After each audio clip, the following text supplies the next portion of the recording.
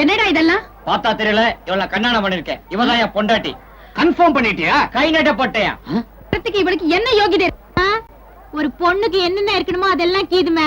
அப்புறம் என்ன வேணும்? இவ எங்கேயோ போயிட்டா. டேய், பக்கத்து விட்டு பாலகிருஷ்ணா, ஒன்னையே இவங்க பையில போட்டுக்கிட்டாங்களா? நான் சாராய கடைக்கு போயிருந்தேன்.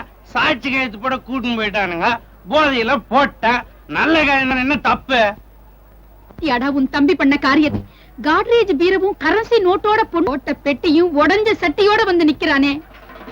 இந்தாமே அத்தை, உன் கையில ஒண்ணு சொல்லிக்கிறேன் கேட்டுக்க.